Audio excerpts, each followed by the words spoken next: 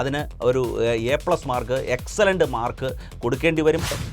ഒരു 10-ൽ ഞാനത് നിഷ്പക്ഷമായിട്ടാണ് പറയുന്നത്, ഒരു 5 മാർക്ക് നമുക്ക് കൊടുക്കാം. ഇത് എവിടെ പോയി നിൽക്കുമെന്ന് കാലം പറയട്ടെ. നോക്കൂ, ഇത് കേരളത്തിലെ ജനങ്ങൾ കഴിഞ്ഞ ഒരു പതിറ്റാണ്ടായി കാത്തിരുന്ന ഒരു മാറ്റത്തിൻ്റെ അല്ലെങ്കിൽ ഒരു ദിശാ വ്യതിയാനത്തിൻ്റെ ഒരു സൂചകം ആണ് ഈ ബഡ്ജറ്റ്.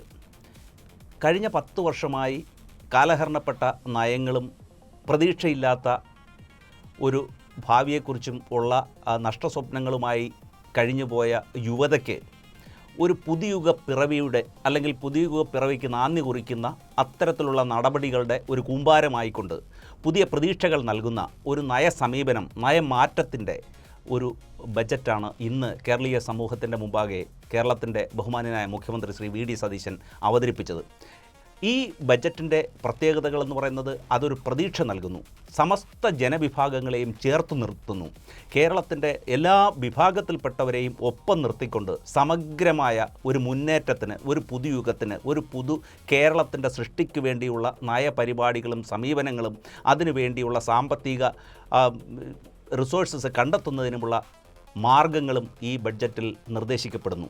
ഇത് സമഗ്രമാണ്, ഇത് സമ്പൂർണ്ണമാണ്, ഇത് ഭാവി കേരളത്തിൻ്റെ സൃഷ്ടിക്ക് വേണ്ടിയുള്ള ഒരു ചുവടുവയ്പ്പാണ്. ഇതിലെ ഓരോ വിഷയങ്ങളും നമ്മൾ എടുത്ത് പരിശോധിച്ച് കഴിഞ്ഞാൽ ഇതിൽ എല്ലാ വിഭാഗങ്ങൾക്കും, അതായത് വിദ്യാർത്ഥി സമൂഹത്തിന് അല്ലെങ്കിൽ യുവജനങ്ങൾക്ക് അവരുടെ പ്രതീക്ഷ സഫലമാകാൻ പറ്റുന്ന, അവരുടെ സ്വപ്നങ്ങൾ സാക്ഷാത്കരിക്കാൻ കഴിയുന്ന പദ്ധതികൾ ഇതിൽ രൂപം നൽകുന്നു. മുതിർന്ന പൗരന്മാരെ ചേർത്ത് നിൽക്കുന്ന നയപരിപാടികൾ ധാരാളം ഇതിൽ ഉൾപ്പെട്ടിട്ടുണ്ട്. അതുപോലെ നമ്മുടെ സമൂഹത്തിലെ അധസ്ഥിതരായിട്ടുള്ള പാവപ്പെട്ടവരായിട്ടുള്ള ജനങ്ങൾക്ക് ആശ്വാസം നൽകുന്ന, അവരെ ചേർത്ത് നിർത്തുന്ന ധാരാളം നടപടികൾ ഈ ബഡ്ജറ്റിൻ്റെ ഭാഗമായി വരുന്നുണ്ട്.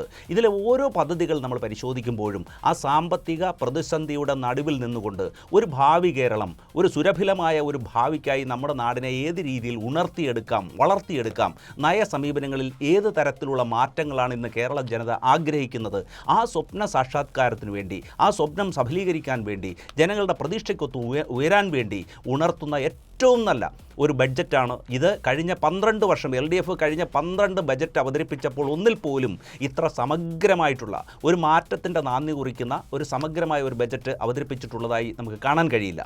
ഇത് ഒരു പുതുയുഗ കേരളത്തിൻ്റെ പ്രതീക്ഷ നൽകുന്ന ബഡ്ജറ്റാണ്. ഞാനത് രണ്ടും പറയാൻ തയ്യാറല്ല. കാരണം കാലം തെളിയിക്കേണ്ട ഒരുപാട് കാര്യങ്ങളുണ്ട്. ഇരിക്കട്ടെ, പക്ഷേ വലിയ പ്രതീക്ഷയോടെയാണ് മലയാളികൾ ഈ ബജറ്റിനെ കാത്തിരുന്നത്. ആ പ്രതീക്ഷ വേണ്ട വിധത്തിൽ നിറവേറ്റിയിട്ടില്ല എന്നുള്ളത് സത്യമാണ്. അത് നമുക്ക് സൂക്ഷ്മമായി വിശകലനം ചെയ്യുമ്പോൾ മനസ്സിലാവും. ഞാൻ ആഴങ്ങളിലേക്ക് ഇപ്പോൾ പോകുന്നില്ല. ഒരു പ്രധാനപ്പെട്ട കുറച്ച് കാര്യങ്ങൾ പറയാം. ഇവിടെ കിഫ്ബി എന്ന് പറഞ്ഞൊരു സംവിധാനം നമ്മുടെ നാട്ടിൽ അടിസ്ഥാന സൗകര്യ വികസനത്തിന് വേണ്ടി ഇടതുപക്ഷ സർക്കാർ വലിയ പ്രാധാന്യം കൊടുത്ത് അതിന് വലിയ പ്രചാരണമൊക്കെ കൊടുത്തതാണ്. ആ കിഫ്ബി സത്യത്തിൽ ബജറ്റിന് പുറത്തുള്ള ഒരു സംവിധാനമായിട്ടാണ് അവർ ആവിഷ്കരിച്ചത്. ആ കിഫ്ബിയുടെ ഇപ്പോഴത്തെ നില തന്നെ നമുക്കറിയാം. ഏതാണ്ട് 30-35 കോടി രൂപ ബാധ്യത വരുത്തി വെച്ചിട്ട് നിൽക്കുന്നതാണ് കിഫ്ബി. ഈ കിഫ്ബിയുടെ കടവും വീട്ടേണ്ടത് സംസ്ഥാന സർക്കാരാണ്. അതായത് നമ്മുടെ നികുതിപ്പണത്തിൽ നിന്നെടുത്താണ് ആ കടം വീട്ടേണ്ടത്. കിഫ്ബി ഇപ്പോൾ നിലവിൽ ചെയ്തുകൊണ്ടിരിക്കുന്ന പ്രോജക്റ്റുകൾ പൂർത്തിയാക്കാൻ തന്നെ ഏതാണ്ട് 25,000 കോടി രൂപയോളം വേണമെന്നാണ് ഒരു ഏകദേശ കണക്ക്. ഇതൊക്കെ കൃത്യമായിട്ട് ബജറ്റിൽ ഒരു പക്ഷേ ഇതിനെ സംബന്ധിക്കുന്ന ചില കാര്യങ്ങൾ വിശദീകരിക്കും എന്ന് പ്രതീക്ഷിച്ചിരുന്നു. പ്രത്യേകിച്ച് സാമ്പത്തിക ഇപ്പോൾ സാധാരണ ജനങ്ങൾക്ക് കിഫ്ബി ഉണ്ടോ ഇല്ലയോ എന്നൊന്നും അറിയണ്ട. അവർക്ക് അവരുടെ പെട്രോളിന് വില കുറയുമോ, നിത്യോപയോഗ സാധനങ്ങൾക്ക് വില കുറയുമോ, പിന്നെ KSRTCയിലെ ബസ് ടിക്കറ്റിന് വില കുറയും, ഇതൊക്കെയാണ് അവർക്ക് അറിയേണ്ടത്. പക്ഷേ എങ്കിലും സാമ്പത്തിക വിദഗ്ധരെല്ലാം, അല്ലെങ്കിൽ ഈ പറഞ്ഞതുപോലെ സംസ്ഥാനത്തിൻ്റെ പുരോഗതി ലക്ഷ്യമിട്ട് വളരെ സീരിയസ് ആയിട്ട് ഗൗരവത്തോടുകൂടി ഇതിനെ സമീപിക്കുന്ന ആൾക്കാർ ഈ കാര്യത്തിലൊക്കെ ചിലത് പ്രതീക്ഷിച്ചിരുന്നു. അവിടെ ഒന്നും തന്നെ പറഞ്ഞിട്ടില്ല എന്നുള്ളതാണ് ഞാൻ മനസ്സിലാക്കുന്നത്. കൂടുതൽ വിശദമായിട്ട് നമുക്ക് അതിലേക്ക് പോകേണ്ടി വരും. ഒരു പക്ഷേ ഈ മറ്റ് ബജറ്റിന് പിന്നാലെ വരുന്ന ചർച്ചകളിൽ ഇതൊരു വിഷയമാകാൻ സാധ്യതയുണ്ട്. മറ്റൊന്ന്, ഇപ്പോഴിതാ കേരളത്തിൽ നമുക്കറിയാം വരുമാനത്തിൻ്റെ ഏതാണ്ട് 70% നമ്മൾ ശമ്പളത്തിനും പെൻഷനും ഒക്കെ വേണ്ടി ചിലവഴിക്കുകയാണ്. പോരാഞ്ഞിട്ട് DA കുടിശ്ശിക തന്നെ ഭീമമായ കുടിശ്ശിക നമുക്ക് കഴിഞ്ഞ 10 വർഷത്തെ ഭരണം കൊണ്ട് ഭീമമായ കുടിശ്ശികയാണ്. അതിന് മുമ്പും കുടിശ്ശികയുണ്ട്, കുടിശ്ശികയില്ല. ഇത് ഏതെങ്കിലും ഒരു സർക്കാരിനെ നമുക്ക് കുറ്റപ്പെടുത്താൻ കഴിയില്ല. ഈ മാറി മാറി ഭരിച്ച സർക്കാരുകളൊക്കെ ഇതിന് ഉത്തരവാദികളാണ്, അല്ലെങ്കിൽ അവരുടെ നേട്ടങ്ങളുടെയും കോട്ടങ്ങളുടെയും പട്ടികയിൽപ്പെടുത്തേണ്ടതാണ് ഈ കാര്യം. അപ്പോൾ ജീവനക്കാർക്കടക്കമുള്ള കുടിശ്ശികയുണ്ട്. അതുപോലെ പെൻഷൻ സംബന്ധിക്കുന്ന വിവിധ വിഷയങ്ങൾ, പെൻഷൻ പ്രായം കൂട്ടുമോ കുറയ്ക്കുമോ, അതായത് കുറയ്ക്കുമോ എന്ന് ഞാൻ ഉദ്ദേശിച്ചത് സ്റ്റാറ്റ്യൂട്ടറി പെൻഷൻ്റെ കാര്യമൊക്കെയാണ്, അത് മടങ്ങി വരുമോ, ഇങ്ങനെയുള്ള ഒട്ടനവധി വിഷയങ്ങളുണ്ടായിരുന്നു. അതിൽ സർക്കാർ കാര്യമായിട്ടൊന്നും പറഞ്ഞിട്ടില്ല. മറ്റൊന്ന് ഉൽപ്പാദന മേഖലയെക്കുറിച്ചാണ്. ഈ ഉൽപ്പാദന മേഖലയിൽ കാര്യമായ ഇടപെടൽ നമ്മൾ എന്തെങ്കിലും നടത്തിയാൽ മാത്രമേ, എന്ന് വെച്ചാൽ നമുക്കെന്തെങ്കിലും ഒന്ന് കൊടുക്കാൻ പറ്റണം. ആ കൊടുക്കുന്നതിലൂടെ കിട്ടുന്ന മൂല്യം, അതാണ് കേരളത്തിന് വേണ്ടത്. പക്ഷേ ആശാവഹമായ പല കാര്യങ്ങൾ, ഇപ്പോൾ മെഡിക്കൽ കോളേജുകളുടെ എണ്ണം കൂടുന്നു, പിന്നെ അതുപോലെ മലപ്പുറം ജില്ല വിഭജിക്കുന്നതിനെക്കുറിച്ച് വലിയ വിവാദങ്ങൾ ഉയരാനുള്ള സാധ്യതയുണ്ട്. മലപ്പുറം ജില്ല പക്ഷേ വിഭജിച്ചേ മതിയാവുള്ളൂ, മറ്റൊരു വഴിയില്ല. കാരണം ജനസംഖ്യ അനിയന്ത്രിതമായിട്ടൊരു ജില്ലയിൽ കൂടിയാൽ മറ്റു വഴികളില്ല. പക്ഷേ അതിനകത്ത് മറ്റ് ചില രാഷ്ട്രീയങ്ങളൊക്കെ കളിക്കാൻ ശ്രമിച്ചാൽ അതൊരു അപകടമാണ്. അതുപോലെ തന്നെ ഈ മലപ്പുറത്തെ കാര്യം കോമ്പൻസേറ്റ് ചെയ്യാൻ വേണ്ടിയിട്ട് തിരുവനന്തപുരം ജില്ല വിഭജിക്കുമെന്നും കേൾക്കുന്നുണ്ട്. ഇതൊക്കെ ഒരുതരം പ്രീണന രാഷ്ട്രീയമാണ്. ഇത് എത്രത്തോളം ഈ സർക്കാരിന് ഗുണം ചെയ്യും എന്ന് കണ്ടു തന്നെ അറിയേണ്ട വിഷയങ്ങളാണ്. സതീശൻ സർക്കാരിൻ്റെ ആദ്യത്തെ ബജറ്റിനെ പറ്റി അകമഴിഞ്ഞ പ്രതീക്ഷയും 100% നിരാശയും എന്ന രീതിയിലല്ല ഇതിനെ കാണേണ്ടത്. എന്ന് മാത്രമല്ല, ബജറ്റ് ഒരു വർഷത്തെ ഒരു സംസ്ഥാന ബജറ്റ് എന്ന് പറയുമ്പോൾ ഒരു സംസ്ഥാനത്തിൻ്റെ വരവ് ചെലവ് കണക്കുകൾ ആ ഒരു വർഷക്കാലം എന്തൊക്കെയാണ് ജനങ്ങൾക്ക് നൽകാൻ ശ്രമിക്കുന്നത്, ജനങ്ങളിൽ നിന്ന് എന്തൊക്കെയാണ് സർക്കാർ പ്രതീക്ഷിക്കുന്നത്, ഇതിനെപ്പറ്റിയുള്ള ഒരു സാമ്പത്തിക രേഖയാണെന്ന് നമുക്കറിയാം. അപ്പോഴും ഒരു സർക്കാരിനെ സംബന്ധിച്ച് പറഞ്ഞാൽ അവരുടെ 5 വർഷക്കാലത്തെ ഒരു പൊതു വീക്ഷണം ആ ബജറ്റിലൂടെ പ്രകടിപ്പിക്കപ്പെടുകയും ചെയ്യുന്നുണ്ട്. കേരളത്തെ സംബന്ധിച്ചിടത്തോളം കഴിഞ്ഞ 10 വർഷക്കാലം ഒന്നും ശരിയായില്ല എന്ന് പറയുന്നവരും എല്ലാം ശരിയായി എന്ന് പറയുന്നവരുമുണ്ട്. എന്നെപ്പോലുള്ള ആളുകൾ ഇത് രണ്ടിൻ്റെയും ഭാഗമായിട്ട് നിന്ന് സംസാരിക്കുന്നവരല്ല. കുറേ യാഥാർത്ഥ്യബോധത്തോടെ കുറച്ച് കാര്യങ്ങളൊക്കെ ഇടതുപക്ഷ സർക്കാർ നടപ്പാക്കി, ഒട്ടേറെ കാര്യങ്ങളിൽ അവർക്ക് വീഴ്ചയുണ്ടായി. എന്തായാലും ഇന്ന് നമ്മൾ കാണുന്ന കേരളത്തിൻ്റെ പൊതുവായ ഒരു പ്രതിസന്ധി, അതാണ് എനിക്ക് ആദ്യമായി പറയാനുള്ളത്. പ്രതിസന്ധി കേരളത്തിനെ പൊതുവായി എടുത്താൽ നമ്മൾ രാഷ്ട്രീയ നേതൃത്വവും ജനങ്ങളും ഒരേ സമയം 2 വള്ളത്തിൽ കാൽ വെക്കുന്നവരാണെന്ന് പറയേണ്ടി വരും. എന്താണ് ഈ 2 വള്ളം എന്ന് പറയുന്നത്? ഒരു വശത്ത് ക്ഷേമ പദ്ധതികളെ പറ്റി നമ്മൾ വല്ലാതെ വാചാലരാകുന്നു. ക്ഷേമ പദ്ധതികൾ വേണമെന്ന് പറയുന്നു, ക്ഷേമ പദ്ധതികൾ കൊണ്ട് ജനങ്ങൾക്ക് വലിയ ഗുണമുണ്ടാവുമെന്ന് പറയുന്നു. കേരളത്തെ സംബന്ധിച്ച് പറഞ്ഞാൽ ഈ LDFും UDFും NDAയും ക്ഷേമ പദ്ധതികളെ ഒരിക്കലും കുറച്ച് കാണുന്നില്ല. ഞങ്ങൾ അധികാരത്തിൽ വന്നാൽ ഇന്നതിനൊക്കെ ചെയ്യുമെന്ന് പറയും. അത് നാട്ടിലെ ഏറ്റവും സാധാരണക്കാർക്ക് വേണ്ടിയുള്ളതാണ്. അത് ജനാധിപത്യത്തിൽ ആശാവഹവുമാണ്. അതേ ആളുകൾ തന്നെ മറ്റ് സമയത്ത് പറയുന്നു സർക്കാരിന് വരുമാനമില്ല. നോക്കൂ, വരുമാനം ഉള്ള സോഴ്സ് അതില്ല. എന്ന് വെച്ചാൽ പശ്ചാത്തല വികസനം കേരളത്തിൽ വളരെ പിന്നോക്കമാണ്. അപ്പോൾ ക്ഷേമ പദ്ധതികൾക്ക് വലിയ മുൻതൂക്കമുള്ള ഒരു നാട്ടിൽ പശ്ചാത്തല വികസനത്തിനുള്ള പണം കണ്ടെത്തുക എന്നുള്ളൊരു പ്രതിസന്ധി നമ്മൾ വല്ലാതെ അലട്ടുന്നുണ്ട്. അടിസ്ഥാനപരമായ ഒരു പ്രശ്നം ഞാൻ പറയട്ടെ. നോക്കൂ, ഈ നമ്മളോട് സർവ്വദേശീയമായി ക്ഷേമ പദ്ധതികളൊക്കെ ഒഴിവാക്കണമെന്നൊക്കെ പറയുന്ന സർവ്വദേശീയ ബാങ്കുകളും അവരെ നിയന്ത്രിക്കുന്ന രാജ്യവും ചെയ്യുന്ന കാര്യം പരിശോധിക്കാൻ മനസ്സിലാകും. നോക്കൂ, യൂറോപ്പ് എടുത്താൽ അവരുടെ GDPയുടെ ഏതാണ്ട് 25 മുതൽ 37% വരെ ക്ഷേമ പദ്ധതികൾക്ക് ചിലവാക്കുകയാണ്. നമ്മുടെ നാട്ടിലെ ആളുകളുടെ ധാരണ ഈ വലിയ രാജ്യങ്ങളൊന്നും അവിടുത്തെ ആളുകളെ സഹായിക്കുന്നില്ല എന്നാൽ. അല്ല, അമേരിക്ക പോലും അവരുടെ GDPയുടെ ഏതാണ്ട് 22% ക്ഷേമ പദ്ധതികൾക്ക് വേണ്ടി ചിലവാക്കിക്കൊണ്ടിരിക്കുകയാണ്. എന്നാൽ ഇന്ത്യയിൽ എടുത്തു നോക്കിയാൽ നമ്മളിപ്പോഴും GDPയുടെ 8.5% മാത്രമേ ക്ഷേമ പദ്ധതിക്ക് വേണ്ടി ചിലവാക്കുന്നുള്ളൂ. ഇത് മനസ്സിലിരുന്നുകൊണ്ട് വേണം. നോക്കൂ, കേരളത്തിൽ ക്ഷേമ പദ്ധതികൾക്ക് വേണ്ടി വലിയ തുക ചിലവാക്കുന്നു. എന്താണ് ഫലം? കേരളത്തിലെ സർക്കാർ ഉദ്യോഗസ്ഥന്മാരെടുക്കാം. കേരളത്തിലെ സർക്കാർ ഉദ്യോഗസ്ഥന്മാർ 5 ലക്ഷം വരും. ഇന്ത്യയിൽ ആകെയുള്ള സർക്കാർ ഉദ്യോഗസ്ഥന്മാർ 55 ലക്ഷം വരും. അപ്പോൾ ഇന്ത്യയിൽ ആകെയുള്ള സർക്കാർ ഉദ്യോഗസ്ഥന്മാരിൽ എന്ന് വെച്ചാൽ സർക്കാർ സമാന്തര ഉദ്യോഗസ്ഥന്മാരെടുത്താൽ, മിലിറ്ററി ഉൾപ്പെടുന്നതെടുത്താൽ അതിൽ 10% എങ്ങനെയാണ് കേരളത്തിൽ വരുന്നത്? അങ്ങനെ നോക്കുമ്പോഴാണ് 1 ലക്ഷത്തോളം മലയാളികൾക്ക് ഏതാണ്ട് 1156 സർക്കാർ ഉദ്യോഗസ്ഥന്മാർ കേരളത്തിലുള്ളപ്പോൾ നിങ്ങൾ ബീഹാർ എടുക്കൂ, 1 ലക്ഷം വരുന്ന സർക്കാർ ഉദ്യോഗസ്ഥന്മാർ, 1 ലക്ഷത്തോളം വരുന്ന ബീഹാറികൾക്ക് അവിടെ ഉള്ളതാണ് 120-130 ഉദ്യോഗസ്ഥന്മാരാണ്. ഇതിൻ്റെ അർത്ഥം സർക്കാർ ഉദ്യോഗസ്ഥന്മാർ മൊത്തത്തിൽ കുഴപ്പമാണ് എന്ന് പറയുന്നവരെ സംബന്ധിച്ചിടത്തോളം ഇത് സന്തോഷകരമായ വാർത്തയാണ്. എന്നാൽ അങ്ങനെയല്ല. നമ്മുടെ നാട്ടിലെ വലിയ ഓഫീസ് എടുക്കാം, ആശുപത്രി എടുക്കാം, എന്തിനേറെ KSRTC എടുക്കാം. ഏത് സംവിധാനവും ഗ്രാസ് റൂട്ട് ലെവലിൽ ഒരു പഞ്ചായത്തിൻ്റെ ഗ്രാമതല മുതൽ സംസ്ഥാനത്തിൻ്റെ ഹെഡ്ക്വാർട്ടേഴ്സിൽ വരെ ജനങ്ങൾക്ക് സേവനം നൽകാൻ ബാധ്യസ്ഥരായ സർക്കാർ ഉദ്യോഗസ്ഥന്മാരുടെ എണ്ണം വളരെ കൂടുതലാണ്. അതുകൊണ്ട് അതിനുള്ള ചിലവ് കൂടുതലാണ്. അത് പ്രത്യുൽപാദനകരമാണോ എന്ന് ചോദിച്ചാൽ സാമ്പത്തിക വിദഗ്ധരുടെ മുന്നിൽ പ്രത്യുൽപാദനകരമല്ല ഇതൊന്നും. അവർക്ക് പ്രത്യുൽപാദനകരം എന്താണ്? കുറേ പണം ഒരാൾ മുടക്കുന്നു, അതിൽ വലിയൊരു ലാഭവിഹിതം ഉണ്ടാകുന്നു, അങ്ങനെ സംസ്ഥാനത്തിൻ്റെ GDPയിൽ വലിയ വളർച്ചയുണ്ട്. ഈ രീതിയിലല്ല നമ്മൾ ഇന്നും വികസനത്തെ കാണുന്നത്. കാര്യം ഇതാണ്, പാർശ്വവൽക്കരിക്കപ്പെട്ട ആളുകൾ വളരെ കൂടുതൽ. അതുകൊണ്ട് കേരളം ഇന്ന് അഭിമുഖീകരിക്കുന്ന വലിയൊരു പ്രതിസന്ധിയെ യഥാർത്ഥത്തിൽ ആ രീതിയിൽ സംബോധന ചെയ്യണമെങ്കിൽ ഈ ബജറ്റിൽ കാണിക്കേണ്ടിയിരുന്ന ചില വിഷയങ്ങളിൽ ഇവരും ഒളിച്ചോട്ടം നടത്തിയിരിക്കുന്നു. എന്താണ്? സംസ്ഥാന ബജറ്റിൻ്റെ വരുമാനം വർദ്ധിപ്പിക്കാൻ ഉതകുന്ന എന്ന് പറഞ്ഞാൽ ഞാൻ ഉദ്ദേശിക്കുന്നത് സർക്കാരിൻ്റെ തന്നെ, കേരള സർക്കാരിൻ്റെ തന്നെ സ്വന്തം കാലിൽ നിന്നുകൊണ്ട് വരുമാനം വർദ്ധിപ്പിക്കാവുന്ന നിരവധി ഇടങ്ങളെ കാണാതെ, ഇല്ലെങ്കിൽ കഴിഞ്ഞ കാലങ്ങളിൽ എന്ന പോലെ മനഃപൂർവ്വം അതിനെ ഒഴിവാക്കിക്കൊണ്ടുള്ള, എന്നാൽ കേരളത്തിൽ സാമ്പത്തിക പ്രതിസന്ധി ഉണ്ട് എന്ന് ആവർത്തിക്കുന്ന തരത്തിലുള്ള യാഥാർത്ഥ്യ ബോധത്തെ ഒരു വശത്ത് പറയുകയും എന്നാൽ അതിൻ്റെ പരിഹാര മാർഗങ്ങളെപ്പറ്റി കാണാതിരിക്കുകയും ചെയ്ത ഒരു ഒളിച്ചോട്ടം കഴിഞ്ഞ കാലങ്ങളെപ്പോലെ ഇവിടെയും ആവർത്തിക്കുന്നുള്ളതാണ് ആമുഖമായി എനിക്ക് പറയാനുള്ളത്. ഒരു വാർഷിക ധനകാര്യ സ്റ്റേറ്റ്മെൻറ്റ് മാത്രമല്ല, അതിലുപരി ഒരു സർക്കാരിൻ്റെ നയപരിപാടികളെ ജനങ്ങൾക്ക് ബോധ്യപ്പെടുന്ന രീതിയിൽ അവതരിപ്പിക്കുന്നു എന്നുള്ളതാണ്. ഇവിടെ UDF അത് തെരഞ്ഞെടുപ്പ് പ്രചരണ ഘട്ടത്തിൽ അത് മുന്നോട്ട് വയ്ക്കുന്ന ആശയങ്ങൾ എന്തെല്ലാമാണെന്ന് കേരളത്തിലെ ജനങ്ങളുടെ മുമ്പാകെ പ്രകടന പത്രികയായി അവതരിപ്പിക്കുകയുണ്ടായി. അതിലേറ്റവും പ്രധാനപ്പെട്ട ഇന്ദിരാ ഗ്യാരണ്ടി അവതരിപ്പിക്കുകയുണ്ടായി. ആ ഗ്യാരണ്ടികൾ ഒന്നൊന്നായി പുതിയ ബജറ്റിൽ നടപ്പാക്കുന്നത് നമ്മൾ കണ്ടുകൊണ്ടിരിക്കുകയാണ്. അപ്പോൾ ഈ ആശയങ്ങളോട് ചേർന്ന് നിന്നുകൊണ്ടാണ് കേരളത്തിലെ ജനങ്ങൾ പുതിയ സർക്കാരിനെ അധികാരത്തിലേറ്റിയത്. അപ്പോൾ സ്വാഭാവികമായിട്ടും ഈ ഏതൊക്കെ മേഖലകളിലാണ് കേരളം പരാജയപ്പെട്ടിരുന്നത്, ആ മേഖലകളിൽ ഒന്നൊന്നായി നോക്കിക്കൊണ്ട് അതിൻ്റെ ആ പ്രതിസന്ധികളെ അതിജീവിച്ചുകൊണ്ട് ഒരു നല്ല ഭാവിക്ക് വേണ്ടി എന്തൊക്കെ ചെയ്യാൻ കഴിയും എന്നുള്ള ഒരു സമഗ്രമായ ഒരു വീക്ഷണത്തിൻ്റെ അടിസ്ഥാനത്തിലാണ് പുതിയ ഗവൺമെൻറ് അതിൻ്റെ ആദ്യത്തെ ബജറ്റ് അവതരിപ്പിച്ചിരിക്കുന്നത്.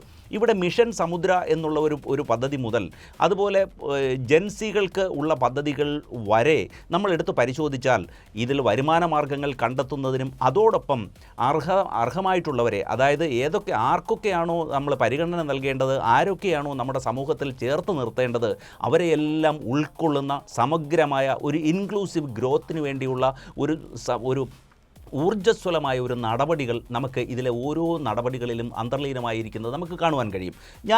നമ്മൾ പലപ്പോഴും പരിഗണിക്കുമ്പോൾ ഏറ്റവും വലിയ, അതായത് വലിയ സാമ്പത്തിക ശാസ്ത്രത്തിൻ്റെ അല്ലെങ്കിൽ വലിയ പദ്ധതികളെയോ പ്രോജക്റ്റുകളെയോ സ്പെസിമിനായിട്ട് എടുത്തുകൊണ്ട് നമ്മൾ വിശകലനം ചെയ്യും. എന്നാൽ ഈ ബഡ്ജറ്റിൽ കാണാതെ അതായത് നമ്മൾ ശ്രദ്ധിക്കേണ്ടതായിട്ടുള്ള ചില കാര്യങ്ങളുണ്ട്. അതായത് നമ്മുടെ സമൂഹത്തിൽ പലപ്പോഴും നമ്മൾ അവഗണിക്കപ്പെട്ടിരുന്ന ചില മേഖലകളിലേക്കും ഈ ബഡ്ജറ്റ് വെളിച്ചം വീശുന്നു. ഞാൻ ഒരു എക്സാമ്പിൾ പറയുന്നു. ഗ്രാമസഭകളെ ഗവേണൻസിൻ്റെ ഭാഗമായി ഓൺലൈനായി ഗ്രാമസഭകളിൽ പങ്കെടുക്കുവാനായിട്ട് പദ്ധതികൾ ആവിഷ്കരിക്കും എന്ന ഒരു പാരഗ്രാഫിൽ ഇവിടെ പറയുന്നു. നോക്കൂ, നമ്മളുടെ കൂട്ടത്തിൽ, നമ്മുടെ ഈ പാനലിലിരിക്കുന്ന എത്ര പേർ നാളെ ഇതുവരെ നമ്മുടെ ഗ്രാമസഭകളിൽ പങ്കാളിയായിട്ടുണ്ട്? ഏതെങ്കിലും ഒരു ഗ്രാമസഭകളിൽ പങ്കെടുക്കുവാൻ നമുക്ക് കഴിഞ്ഞിട്ടുണ്ടോ? നമ്മളത് പരിശോധിക്കണം. കാരണം 99% ഈ സാക്ഷരതയുള്ള അല്ലെങ്കിൽ എല്ലാവർക്കും മൊബൈൽ ആക്സസിബിലിറ്റി ഉള്ള ഒരു നാട്ടിൽ ഗ്രാമസഭകൾ, അതായത് തദ്ദേശ സ്വയംഭരണ സ്ഥാപനങ്ങളെന്ന് പറയുന്ന നമ്മുടെ വികേന്ദ്രീകൃത ഭരണക്രമത്തിൻ്റെ ജനാധിപത്യത്തിൻ്റെ ആണിക്കല്ലായ തദ്ദേശ സ്വയംഭരണ സ്ഥാപനങ്ങളുടെ പ്രവർത്തനത്തിൽ നമ്മളൊന്നും പങ്കാളികളാകുന്നില്ല. പലപ്പോഴും അത്തരത്തിൽ ഗ്രാമസഭകൾ വിളിച്ച് ചേർക്കുമ്പോൾ നമ്മൾ പല അസൗകര്യങ്ങൾ പറഞ്ഞുകൊണ്ട് അതിൽ പങ്കെടുക്കാതെ മാറി നിൽക്കുകയാണ്. അപ്പോൾ ഗ്രാമതലത്തിലുള്ള നമ്മുടെ വികസന പ്രവർത്തനങ്ങളിൽ നമ്മൾ ആദ്യമായി പങ്കാളികളാകാൻ പോകുന്നതിന് വേണ്ടി അത്തരം ഗ്രാമസഭകൾ നമുക്ക് ഓൺലൈനായി പങ്കെടുക്കുന്നതിനുള്ള ഒരു സംവിധാനത്തെക്കുറിച്ച് ആദ്യമായി കേരളത്തിൻ്റെ ചരിത്രത്തിൽ ആദ്യമായി അത്തരത്തിലൊരു നീക്കം നടത്തുകയാണ്. ഇങ്ങനെ ഓരോ മേഖല നമ്മൾ എടുത്താൽ, ഓരോ സെക്ടർ വൈസായിട്ട് നമ്മൾ എടുത്തു കഴിഞ്ഞാൽ അതിൽ യുവജനങ്ങൾക്ക് പ്രാധാന്യം നൽകുന്ന പദ്ധതികളുണ്ട്, തീരദേശ മേഖലയിൽ പ്രാധാന്യം നൽകുന്ന പദ്ധതികളുണ്ട്, മനുഷ്യ വന്യമൃഗ സംഘർഷം ലഘൂകരിക്കുന്നതിന് വേണ്ടിയുള്ള പദ്ധതികളുണ്ട്, കാർഷിക മേഖലയിൽ റബ്ബറിന് താങ്ങുവില ഇപ്പോൾ 250 രൂപയായി വർദ്ധിപ്പിച്ചിരിക്കുന്നു. അത് 8 ലക്ഷം കർഷകർക്കാണ് അതിൻ്റെ പ്രയോജനം ലഭിക്കുന്നത്. അപ്പോൾ കാർഷിക മേഖലയും വിദ്യാഭ്യാസ മേഖലയും ആരോഗ്യ മേഖല ഏറ്റവും പ്രാധാന്യത്തോടുകൂടി ആരോഗ്യ മേഖലയെ വരുത്തുകയും അതൊരു ഡെസ്റ്റിനേഷൻ പോയിൻ്റായി മാറ്റുകയും ചെയ്തിരിക്കുന്നു. അതുപോലെ ഏറ്റവും പ്രധാനമായിട്ട് നമ്മുടെ സാമ്പത്തികമായി ഏറ്റവും കൂടുതൽ വിമർശനം നടത്തുകയുണ്ടായിരുന്ന കിഫ്ബിയെക്കുറിച്ച് പഠിക്കുന്നതിന് വേണ്ടി ഒരു സമിതിയെ രൂപീകരിച്ചിരിക്കുന്നു. അതുപോലെ ഈ കേരളത്തിലെ വരുമാനം ബഹുമാനായ അനിൽ സാർ പറഞ്ഞതുപോലെ ഇവിടെ ഇത് ഇൻവെസ്റ്റ്മെൻറ്റ് ഉണ്ടാവണം. ആ ഇൻവെസ്റ്റ്മെൻറ്റ് ഉണ്ടാകുന്നതിന് വേണ്ടി അതിന് അടിസ്ഥാനപരമായിട്ടുള്ള ചില ക്രമീകരണങ്ങൾ നൽകണം. അതിനുവേണ്ടി ഒരു ഇൻവെസ്റ്റ്മെൻറ്റ് സെല്ലുണ്ടാകുന്നു. ഒരു സെല്ലുണ്ടാക്കി ഗവൺമെൻറ് അതിൻ്റെ ഉത്തരവാദിത്വത്തിൽ നിന്ന് മാറുകയല്ല, മറിച്ച് ആ സെല്ലിൽ വരുന്ന പ്രതിസന്ധികളെ അതിജീവിക്കുവാനും ഏതെങ്കിലും രാഷ്ട്രീയ അല്ലെങ്കിൽ ഭരണപരമായ നടപടിക്രമങ്ങളെക്കുറിച്ച് വിശകലനം ചെയ്യുന്നതിന് വേണ്ടി അതിനെ ഒരു അഡ്വൈസറി ബോർഡ്, അതിന് മുകളിൽ ഒരു ഉന്നതാധികാര സമിതിയെ കൂടി രൂപീകരിക്കുന്ന ഒരു പുതിയ കാൽവെപ്പ് ഈ ബജറ്റിൽ മുന്നോട്ട് വയ്ക്കുന്നു. ഇതൊക്കെ നമുക്ക് ഏറെ പ്രതീക്ഷ നൽകുന്നു. നമ്മുടെ ഭാവിയെക്കുറിച്ച് പുതിയ സ്വപ്നങ്ങൾ കാണുവാൻ കേരളത്തിലെ ജനങ്ങൾക്ക് അവസരം നൽകുന്നു.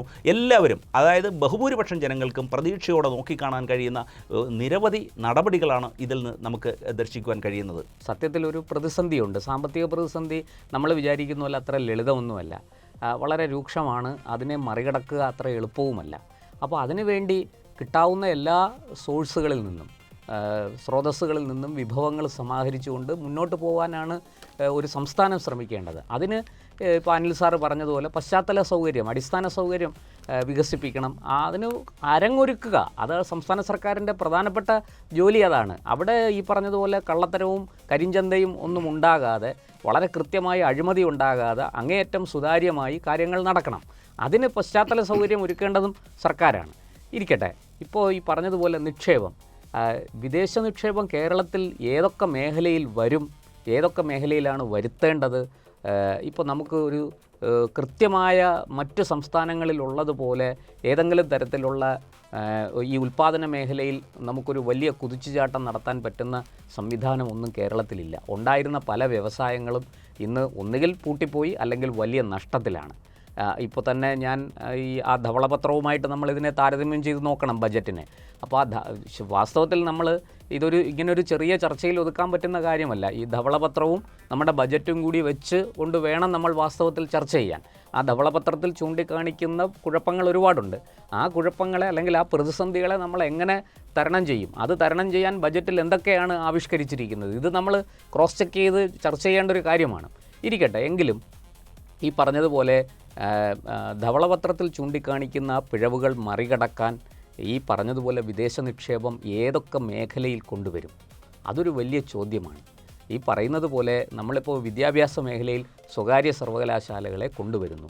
ഈ സ്വകാര്യ സർവകലാശാലകൾ ഇവിടെ വരുന്നതിലൂടെ ഉണ്ടാകാവുന്ന മാറ്റം, അത് ഈ പറയുന്ന പോലെ കുറേ സാമ്പത്തികം മാത്രം നമുക്ക് കിട്ടിയതുകൊണ്ട് കാര്യമില്ല.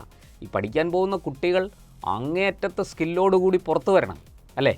അവർ മികച്ച എന്താ പറയുക, ഉദ്യോഗാർത്ഥികളായിട്ട് സംസ്ഥാനത്തിനും രാജ്യത്തിനും ഗുണം ചെയ്യുന്ന ഒരു പ്രോഡക്റ്റായിട്ട് വേണം അവർ പുറത്തു വരേണ്ടത്, വിദ്യാഭ്യാസം നേടി പുറത്തു വരേണ്ടത്. ഞാനതിനെ എനിക്കറിയാവുന്ന ലളിതമായ ഭാഷയിൽ പറഞ്ഞു എന്നേ ഉള്ളൂ. അതിനോട് വിയോജിപ്പുള്ളവരുണ്ടാവാം, ചിലപ്പോൾ കേൾക്കുന്നവരിത് മുതലാളിത്തത്തിൻ്റെ ഭാഷയാണെന്ന് പറയും. എങ്കിലും ഞാൻ ഇന്നത്തെ ഒരു സംവിധാനത്തിൽ പറഞ്ഞു എന്നേ ഉള്ളൂ. ഇവിടെയെല്ലാം ഞാൻ പറഞ്ഞല്ലോ, നമ്മൾ അമിതമായി രാഷ്ട്രീയം കലർത്താതെ കുറച്ചുകൂടെ വിശാലമായിട്ട് ചിന്തിച്ചു വേണം നമ്മൾ മുന്നോട്ട് പോകാൻ. അങ്ങനെ നോക്കുമ്പോൾ ഞാനൊരു മേഖലയുടെ കാര്യം മാത്രമാണ് പറയുന്നത്. ഇതുപോലെ മറ്റു പല മേഖലകളിലും ഈ വിദേശ നിക്ഷേപം വരുന്നത് കൊണ്ട് നമ്മൾ വളരെ സൂക്ഷിക്കുകയും വേണം. വിദേശ നിക്ഷേപം ഉണ്ടാക്കാവുന്ന അപകടം എന്തൊക്കെയാണെന്ന് നമുക്കറിയാം. ഒരു ചെറിയ ഉദാഹരണം ഞാൻ പറയട്ടെ. ഇപ്പോൾ നമ്മുടെ ഇന്ത്യയിൽ ഇല്ലാത്ത ഒരു ഇതാണ് ചിപ്പ് നിർമ്മാണം. നമ്മളെല്ലാവരും ഇപ്പോൾ നമ്മുടെ എല്ലാവരുടെയും കയ്യിൽ മൊബൈലുണ്ട്, അല്ലേ? ഈ മൊബൈലിനകത്ത് ഉപയോഗിക്കുന്ന ചെറിയ ചിപ്പുകൾ നിർമ്മിക്കുന്നത് ഇന്ത്യയിലല്ല. ഇത് ഇന്ത്യയിൽ നിർമ്മിക്കാനുള്ള പല നടപടികളുമായിട്ട് കേന്ദ്ര സർക്കാർ മുന്നോട്ട് പോകുന്നുണ്ട്. വലിയ രീതിയിൽ നിക്ഷേപം വരുമെന്ന് നമ്മൾ പ്രതീക്ഷിക്കുന്നു. കുറച്ചൊക്കെ ചില നിക്ഷേപങ്ങളൊക്കെ വന്നിട്ടുണ്ട്. ഒരു ഉദാഹരണം ഞാൻ പറഞ്ഞാൽ, എനിക്ക് തോന്നുന്ന കഴിഞ്ഞ ഒരു എത്ര മാസങ്ങളായി എന്ന് ഞാൻ കൃത്യമായിട്ട് പറയാൻ എനിക്കിപ്പോൾ ഓർമ്മയിലില്ല. എങ്കിലും ഒരു ചിപ്പ് നിർമ്മാണ യൂണിറ്റ് ഇന്ത്യയിലേക്ക് പോയത് ആസാമിലേക്കാണ്. ആസാം സർക്കാർ അത് വളരെ ഭംഗിയായിട്ട് അതിനെ പരുന്ത് കോഴിക്കുഞ്ഞിനെ റാഞ്ചി കൊണ്ടുപോകുന്നത് പോലെ അതിനെ റാഞ്ചിക്കൊണ്ടുപോയി. അതിന് ഏറ്റവും എതിരെ വന്നത്, അതിൽ വലിയ പ്രതിഷേധം ഉയർത്തിക്കൊണ്ട് രംഗത്ത് വന്നത് കോൺഗ്രസ് ഭരിക്കുന്ന കർണാടക സംസ്ഥാനമാണ്. കാരണം അവർ പറയുന്നത് ഞങ്ങൾക്ക് കിട്ടേണ്ടതാണ്. കാരണം നമുക്കറിയാം, IT മേഖലയിൽ ഇന്ന് ഇന്ത്യയിൽ ഏറ്റവും മുന്നിട്ട് നിൽക്കുന്ന സംസ്ഥാനങ്ങളിൽ ഒന്ന് കർണാടകയാണ്, 2 തമിഴ്നാടാണ്. ബാംഗ്ലൂരും ചെന്നൈയും ഈ മേഖലയിൽ ചെലുത്തുന്ന സ്വാധീനവും നൽകുന്ന സംഭാവനയും നമുക്കെല്ലാവർക്കും അറിയാം. അപ്പോൾ അങ്ങനെയുള്ളൊരു സ്ഥലത്ത്, അങ്ങനെയുള്ളൊരു സംസ്ഥാനത്തിന് അത് കിട്ടാതെ അത് ഒരു പശ്ചാത്തല സൗകര്യവും ഇല്ലാത്ത, അടിസ്ഥാന സൗകര്യവും ഇല്ലാത്ത ആസാം അത് കൊണ്ടുപോയി എന്ന് പറഞ്ഞ് നമുക്കറിയാം.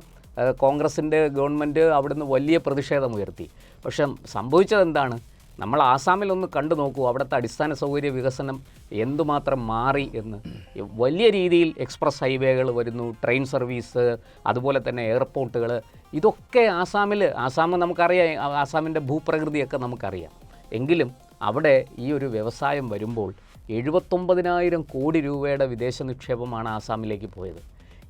ഇതുപോലെയുള്ള നിക്ഷേപങ്ങൾ കേരളത്തിന് പിടിച്ചെടുക്കാൻ കഴിയുമോ? ഇത്രയും ഇതിന് ഒരുപാട് സങ്കീർണതകളുണ്ട്, വെല്ലുവിളികളുണ്ട്, നമ്മുടെ പരിസ്ഥിതിക്ക് ഉയർത്തുന്ന ദോഷം ഉൾപ്പെടെ.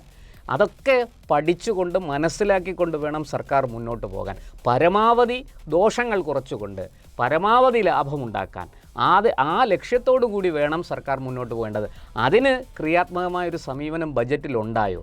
എനിക്ക് സംശയമുണ്ട്. അടിസ്ഥാന സൗകര്യ വികസനമൊക്കെ നമുക്ക് വേണം. പക്ഷേ ഈ പറഞ്ഞതുപോലെ കാർഷിക മേഖല, ഞാൻ എൻ്റെ പൂർവികരൊക്കെ കർഷകരായിരുന്നു. അതിൽ നിന്ന് വ്യത്യാസം വരുന്നത് എൻ്റെ അച്ഛൻ മുതലാണ്. പക്ഷേ എൻ്റെ അച്ഛൻ പോലും പറയുന്നൊരു കാര്യമുണ്ട്, കൃഷിയിൽ നിന്ന് വ്യവസായത്തിൽ നിന്നാണ് മനുഷ്യൻ്റെ ജീവിതം ഉണ്ടാകുന്നത്. അപ്പോൾ അതിൻ്റെ വേരെന്ന് പറയുന്നത് കൃഷിയാണ്. ആ കൃഷിയെ മറന്നിട്ട് നമ്മൾ മുന്നോട്ട് പോകുന്നത് ഒട്ടും നല്ലതല്ല. അപ്പോൾ അദ്ദേഹം പറഞ്ഞതുപോലെ ആധുനിക സാങ്കേതിക വിദ്യകൾ ഉപയോഗിച്ച് പരിസ്ഥിതിക്ക് ദോഷം വരാത്ത വിധത്തിൽ നമുക്ക് ഒരുപാട് കാര്യങ്ങൾ ചെയ്യാൻ കഴിയും. പ്രത്യേകിച്ചും കേരളത്തിൽ കൃഷിയും ടൂറിസവും രണ്ടും അനുബന്ധമായിട്ട് കൊണ്ടുപോകാൻ കഴിയുന്ന 2 മേഖലകളാണ്. ഈ 2 മേഖലകളെ നമ്മൾ വേണ്ട വിധം പരിപോഷിപ്പിച്ചാൽ തന്നെ നമുക്ക് വലിയ മാറ്റങ്ങൾ, സാമ്പത്തികമായിട്ട് വലിയ മാറ്റങ്ങൾ നമുക്ക് കേരളത്തിൽ ഉണ്ടാക്കാൻ കഴിയും എന്ന് സൂചിപ്പിക്കുന്ന പല പഠനങ്ങളും നടന്നിട്ടുണ്ട്. പോട്ടെ, ഞാനതിൻ്റെ വിശദാംശങ്ങൾ പറയാൻ ഞാനതിൻ്റെ വിദഗ്ധനൊന്നുമല്ല. പിന്നെ 2, ഇപ്പോൾ ഈ സാറ് ചൂണ്ടിക്കാണിച്ച തീരദേശത്തെ പ്രവർത്തനങ്ങളെ സംബന്ധിച്ച് ഇപ്പം പോർട്ട് സിറ്റി വാസ്തവത്തിൽ കേന്ദ്ര സർക്കാരിൻ്റെ ഒരു പദ്ധതിയാണ്. സാഗർമാല 2 ഇപ്പോൾ നടക്കുന്നത്. സാഗർമാല 1 തന്നെ അവർ മുന്നോട്ട് വെച്ച ഒരു സംഗതിയാണ് ഈ പോർട്ട് സിറ്റി. അത് ഈ പറഞ്ഞതുപോലെ പോർട്ട് സിറ്റി കൊണ്ട് പ്രയോജനം ആർക്ക് എന്നൊരു ചോദ്യമുണ്ട്. കുറച്ച് അടിസ്ഥാന സൗകര്യ വികസനം ഉണ്ടാവും. ഈ പറഞ്ഞതുപോലെ വിഴിഞ്ഞം പോർട്ട് വന്നപ്പോൾ നമുക്ക് കഴക്കൂട്ടം കാരോട് ഹൈവേ ഒക്കെ 4 വരിയാക്കി കുറേ പാലങ്ങളൊക്കെ വന്നു, ജനങ്ങൾക്ക് കുറച്ചുകൂടെ ഫ്രീ ആയിട്ട് യാത്ര ചെയ്യാൻ പറ്റി. പക്ഷെ അത് മാത്രമാണോ? അതിനപ്പുറത്തേക്ക് അതിനെ ഈ പറയുന്നത് പോലെ നമ്മളെ നാടിൻ്റെ ഒരു മുന്നേറ്റമാക്കി മാറ്റാൻ നമുക്ക് സാധിക്കണ്ടേ? അതിന് നമുക്ക് എന്ത് ചെയ്യാൻ സാധിക്കും? ലോജിസ്റ്റിക്സിൽ അടക്കമുള്ള കാര്യങ്ങളിൽ നമ്മൾ ഒരുപാട് പുറകിലാണ്. അതൊക്കെ ഇവിടെ ചൂണ്ടിക്കാണിച്ചുകൊണ്ട് തന്നെ പറയട്ടെ, ഒരു 10-ൽ ഞാനത് നിഷ്പക്ഷമായിട്ടാണ് പറയുന്നത്, ഒരു 5 മാർക്ക് നമുക്ക് കൊടുക്കാം. നമ്മുടെ അടിസ്ഥാനപരമായിട്ട് 1-2 കാര്യം ഞാനൊന്ന് സൂചിപ്പിച്ചോട്ടെ. അതായത് ഈ സാമ്പത്തിക പ്രതിസന്ധി ഒരു വലിയ ഘടകമാണ്. ഇപ്പം നിലവിലുള്ള സർക്കാർ 87,000 കോടി രൂപയുടെ ബാധ്യതയിലാണ് നിൽക്കുന്നത്. അപ്പോൾ സാമ്പത്തിക പ്രതിസന്ധി അതിജീവിച്ചുകൊണ്ട് വേണം നമ്മുടെ അടിസ്ഥാന സൗകര്യ മേഖലയിലേക്ക് നമ്മൾ ഫണ്ട് വിനിയോഗിക്കുവാൻ നിക്ഷേപം ഇറക്കേണ്ടത്. അപ്പോൾ ഇവിടെ നിക്ഷേപകരെ കണ്ടെത്തണം, നിക്ഷേപകർ ഉണ്ടാവണം, അതിനനുകൂലമായ ഒരു സാഹചര്യം ഉണ്ടാവണം. ഇതെന്തിനു വേണ്ടിയാണ്?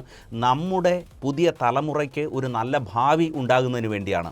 കേരളം എന്നും തകർന്നടിഞ്ഞ് കിടക്കാം എന്നുള്ളതല്ല നമ്മുടെ ലക്ഷ്യം. മറിച്ച് നമ്മുടെ ഭാവി തലമുറയ്ക്ക് ശുഭാപ്തിയോടെ, വിശ്വാസത്തോടുകൂടി നല്ല ഒരു അവരുടെ സ്വപ്നം സാക്ഷാത്കരിക്കുന്നതിന് വേണ്ടി അനുകൂലമായ സാഹചര്യങ്ങൾ ഉണ്ടാക്കി കൊടുക്കുന്ന ഒരു നല്ല നാളെ, അതായത് ഒരു പുതുയുഗം, അതിൻ്റെ സൃഷ്ടിക്ക് വേണ്ടിയുള്ള സമഗ്രമായിട്ടുള്ള ഒരു എന്താണ് അതിൻ്റെ അടിസ്ഥാന ശിലകളാണ് ഇവിടെ നിക്ഷേപിക്കേണ്ടത്. അത് ഓരോ ഭരണകർത്താക്കളുടെയും ഉത്തരവാദിത്വമാണ്. ആ വലിയ ഉത്തരവാദിത്വമാണ് ഇപ്പോൾ ഏറ്റെടുത്തിരിക്കുന്നത്. ഈ പ്രതിസന്ധിയിൽ നിന്നുകൊണ്ട് ആ ഉത്തരവാദിത്വത്തെ എത്രമാത്രം മുന്നോട്ട് കൊണ്ടുപോകാൻ കഴിയും എന്നുള്ളതിൻ്റെ അടിസ്ഥാനത്തിലാണ് ഓരോ ഭരണകർത്താക്കളെയും വിലയിരുത്തുന്നത്. ഇവിടെ കേരളത്തിൻ്റെ സമഗ്രമായിട്ടുള്ള എല്ലാ ജനാഭിഭാഗങ്ങളെയും കരുതലോടെ മുന്നിൽ കണ്ടുകൊണ്ട് എല്ലാ വിഭാഗങ്ങൾക്കും മുന്നേറ്റം ഉണ്ടാകുവാൻ, അവരുടെ എല്ലാം ഒരു ഉന്നമനത്തിനു വേണ്ടി പ്രയത്നിക്കുന്ന, അതിനടിസ്ഥാനപരമായി അതിന് സൗകര്യമൊരുക്കുന്ന എല്ലാ മേഖലയെയും കണ്ടെത്തിക്കൊണ്ട് പ്രവർത്തിക്കുന്ന ഈ അത്തരത്തിലുള്ളൊരു ബഡ്ജറ്റ് കേരളത്തിൽ അവതരിപ്പിച്ചതിൻ്റെ അടിസ്ഥാനത്തിൽ ഈ ബഡ്ജറ്റിനെ നോക്കിക്കാണുമ്പോൾ അതിന് ഒരു A+ മാർക്ക്, എക്സലൻ്റ് മാർക്ക് കൊടുക്കേണ്ടി വരും. അത് ഇനിയുള്ള ദിവസങ്ങളിൽ അതിൻ്റെ ഒരു അലയൊലി അല്ലെങ്കിൽ അതിൻ്റെ ഫലപ്രാപ്തി നമുക്ക് കണ്ടെത്തുവാൻ കഴിയും. നമ്മളെല്ലാം ഈ ഭൂമുഖത്തുണ്ടല്ലോ, നമുക്ക് ആ ഫലപ്രാപ്തിയെ കണ്ടെത്തുവാനും വിലയിരുത്തുവാനും വീണ്ടും അവസരമുണ്ടാകും. ഇത് ഒരു തുടക്കമാണ്. കുറേ വർഷങ്ങൾക്ക് ശേഷം ഒരു പുതുയുഗത്തിൻ്റെ പിറവി ഇന്ന് തുടക്കം കുറിക്കുകയാണ്. ഈ എക്കണോമി എന്ന് പറയുന്നത് സാമ്പത്തിക ശാസ്ത്രം പൊളിറ്റിക്കലാണ്, പൊളിറ്റിക്കൽ എക്കണോമി. അപ്പോൾ പൊളിറ്റിക്കൽ എക്കണോമിയെ പറ്റി നമ്മൾ പറയുമ്പോൾ എല്ലാ മനുഷ്യരും, ബുദ്ധികളും സാമാന്യ ബോധമുള്ള എല്ലാ മനുഷ്യർക്കും അവർ പോലും മനസ്സിലാക്കാൻ കഴിയാത്തൊരു രാഷ്ട്രീയം അവരിലുണ്ട്. അപ്പം ഞാൻ ഈ ബജറ്റിനെ കാണുന്നത് എൻ്റെ രാഷ്ട്രീയ നിലപാടുകളുടെ പശ്ചാത്തലത്തിലാണ്. ഒരു വളരെ വലിയ പ്രത്യേകത, കേരളത്തിന് ഈ ആര് ഭരിച്ചാലും കേരളത്തിൽ അവതരിപ്പിക്കുന്ന ബജറ്റ് എപ്പോഴും ഡിയിലേക്ക് പോകത്തില്ല, തോൽക്കില്ല, ജയിക്കാനുള്ള മാർക്കില്ല.